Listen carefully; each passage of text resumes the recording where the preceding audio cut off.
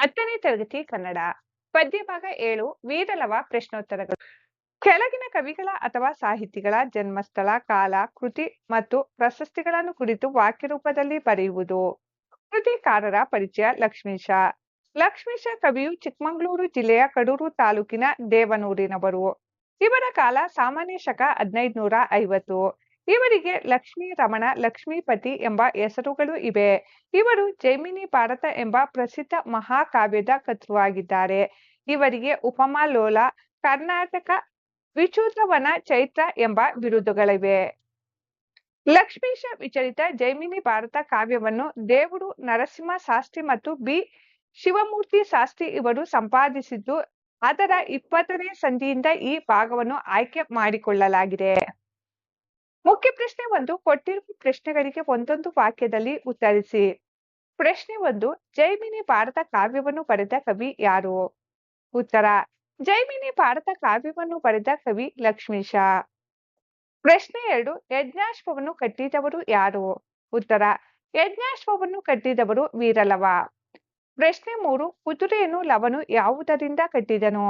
ಉತ್ತರ: ಕುದುರೆಯನ್ನು ಲವನು ತನ್ನ ಉತ್ತರೀಯದಿಂದ ಕಟ್ಟಿದನು. ಪ್ರಶ್ನೆ 4. ಮುನಿಸುತರು ಹೆದರಲು ಕಾರಣವೇನು?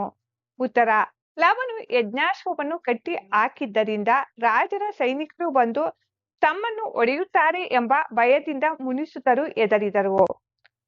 ಮುಖ್ಯ ಪ್ರಶ್ನೆ 2. ಕೊಟ್ಟಿರುವ ಪ್ರಶ್ನೆಗಳಿಗೆ 3-4 ವಾಕ್ಯಗಳಲ್ಲಿ ಉತ್ತರಿಸಿ. ಪ್ರಶ್ನೆ 1. ವಾಲ್ಮೀಕಿ ಆಶ್ರಮಕ್ಕೆ ಯಜ್ಞಾಶ್ವವು ಬಂದ ಬಗೆಯನ್ನು ವಿವರಿಸಿ.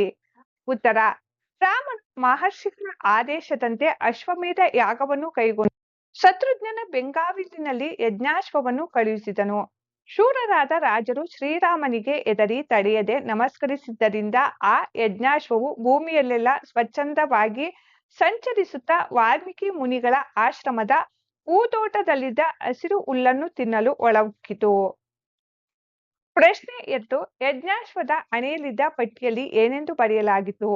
ಉತ್ತರ: ಯಜ್ಞಾಶ್ವದ ಹಣೆಯಲ್ಲಿದ್ದ ಪಟ್ಟಿಯಲ್ಲಿ ಭೂಮಂಡಲದಲ್ಲಿ ಕೌಶಲ್ಯ ಮಗನಾದ ಶ್ರೀರಾಮನು ಒಬ್ಬನೇ ವೀರನು. ಇದು ಅವನ ಯಜ್ಞ ಕುದುರೆ. ಇದನ್ನು ತಡೆಯುವ ಸಾಮರ್ಥ್ಯ ಉಳ್ಳವರು ಯಾರೇ ಆದರೂ ತಡೆಯಲಿ ಎಂದು ಬರೆಯಲಾಗಿತ್ತು. ಪ್ರಶ್ನೆ 3. ಕುದುರೆಯನ್ನು ಕಟ್ಟುವ ವಿಚಾರದಲ್ಲಿ ಮುನಿಸುತರಿಗೂ ಲವನಿಗೂ ನಡೆದ ಸಂವಾದವನ್ನು ಬರೆಯಿರಿ. ಉತ್ತರ: ಲವನು ಹೊಕ್ಕ ಯಜ್ಞಾಶ್ವವನ್ನು ತನ್ನ ಉತ್ತರೀಯದಿಂದ ಬಾಳೆಯ ಗಿಡಕ್ಕೆ ಕಟ್ಟಿ ಹಾಕಿದ್ದನ್ನು ಕಂಡು ಹೆದರಿದ ಮುನಿಸುತರು, ಬೇಡ ಬೇಡ, ಅರಸುರುಗಳ ಕುದುರೆಯನ್ನು ಬಿಡು, ನಮ್ಮನ್ನು ಹೊಡೆಯುವರು ಎಂದು ಹೇಳಿದರು. ಆಗ ಲವನು ನಗುತ್ತಾ, ಬ್ರಾಹ್ಮಣರ ಮಕ್ಕಳು ಹೆದರಿದರೆ ಜಾನಕಿಯ ಮಗನು ಇದಕ್ಕೆ ಹೆದರುವನೇ, ನೀವು ಹೋಗಿ ಎಂದು ಶೌರ್ಯದಿಂದ ಹೇಳಿದನು. ಮುಖ್ಯ ಪ್ರಶ್ನೆ 3. ಕೊಟ್ಟಿರುವ ಪ್ರಶ್ನೆಗಳಿಗೆ 8-10 ವಾಕ್ಯಗಳಲ್ಲಿ ಉತ್ತರಿಸಿ.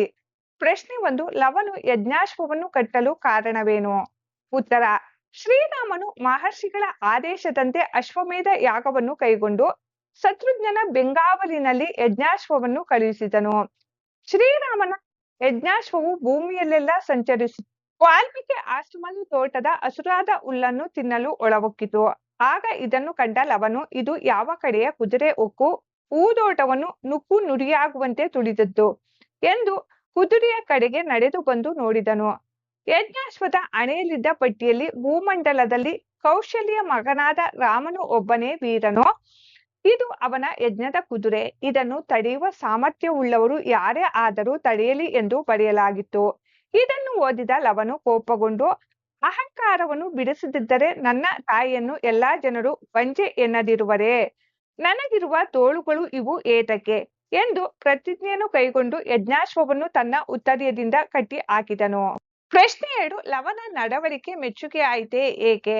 ಉತ್ತರ: ಲವನ ನಡವಳಿಕೆ ಮೆಚ್ಚುಗೆಯಾಯಿತು ಏಕೆಂದರೆ ಲವನು ಬಾಲಕನಾಗಿದ್ದನು, ಸ್ವಾಭಿಮಾನಿ, ಆತನ ಮಾತುಗಳು ವೀರೋಚಿತ, ಆತನ ಮಾತು ಪ್ರೇಮ ಅನನ್ಯ.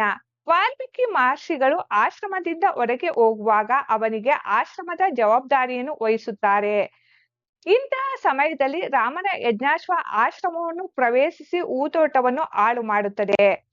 ಇದನ್ನು ಕಂಡ ಅವನು ಕುದುರೆಯ ಬಳಿ ಬಂದು ಕುದುರೆಯ ನೆತ್ತಿಯ ಮೇಲೆ ಮೆರೆಯುತ್ತಿದ್ದ ಪಟ್ಟದ ಲಿಖಿತವನ್ನು ಓದಿ, ರಾಮನೊಬ್ಬನೇ ಜಗತ್ತಿಗೆ ವೀರನೆಂಬ ವಾಕ್ಯವನ್ನು ಕಂಡು ಕೆರಳಿ ಇವನ ಗರ್ವವನ್ನು ಬಿಡಿಸುತ್ತೇನೆ ಇಲ್ಲದಿದ್ದರೆ ನನ್ನ ತಾಯಿಯನ್ನು ಎಲ್ಲರೂ ಏಡಿಯನ್ನು ಎತ್ತವಳೆಂದು ದೂರಿ ಬಿಡುತ್ತಾರೆ ಎಂದು ಚಿಂತಿಸಿ ತನ್ನ ತೋಳ್ಬಲವನ್ನು ತೋರಿಸಿ ಬಿಡುತ್ತೇನೆ ಎಂದು ಕುದುರೆಯನ್ನು ಕಟ್ಟಿ ಹಾಕುತ್ತಾನೆ.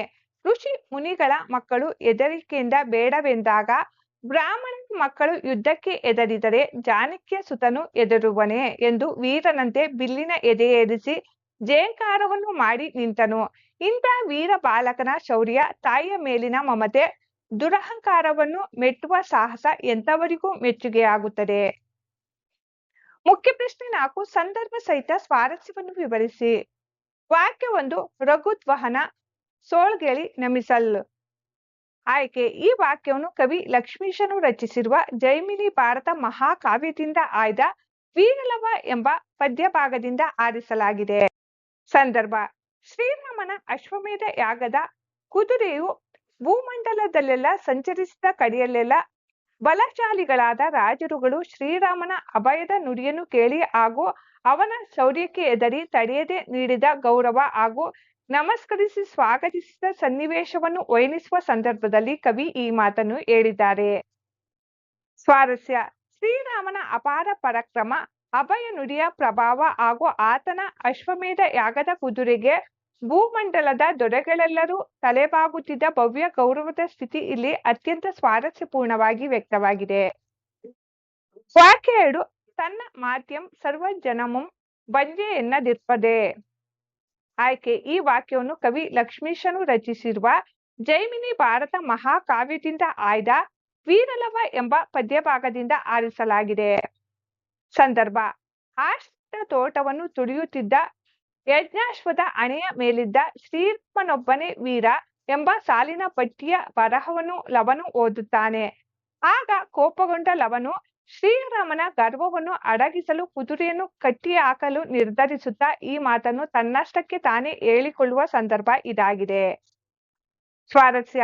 ಲವನಿಗೆ ತನ್ನ ತಾಯಿಯ ಮೇಲಿದ್ದ ಅಪಾರ ಭಕ್ತಿ, ಸ್ವಾಭಿಮಾನ ಹಾಗೂ ಅವನ ಕ್ಷಾತ್ರ ಶೌರ್ಯ ಇಲ್ಲಿ ಅತ್ಯಂತ ಸ್ವಾರಸ್ಯಕರವಾಗಿ ವ್ಯಕ್ತವಾಗಿದೆ.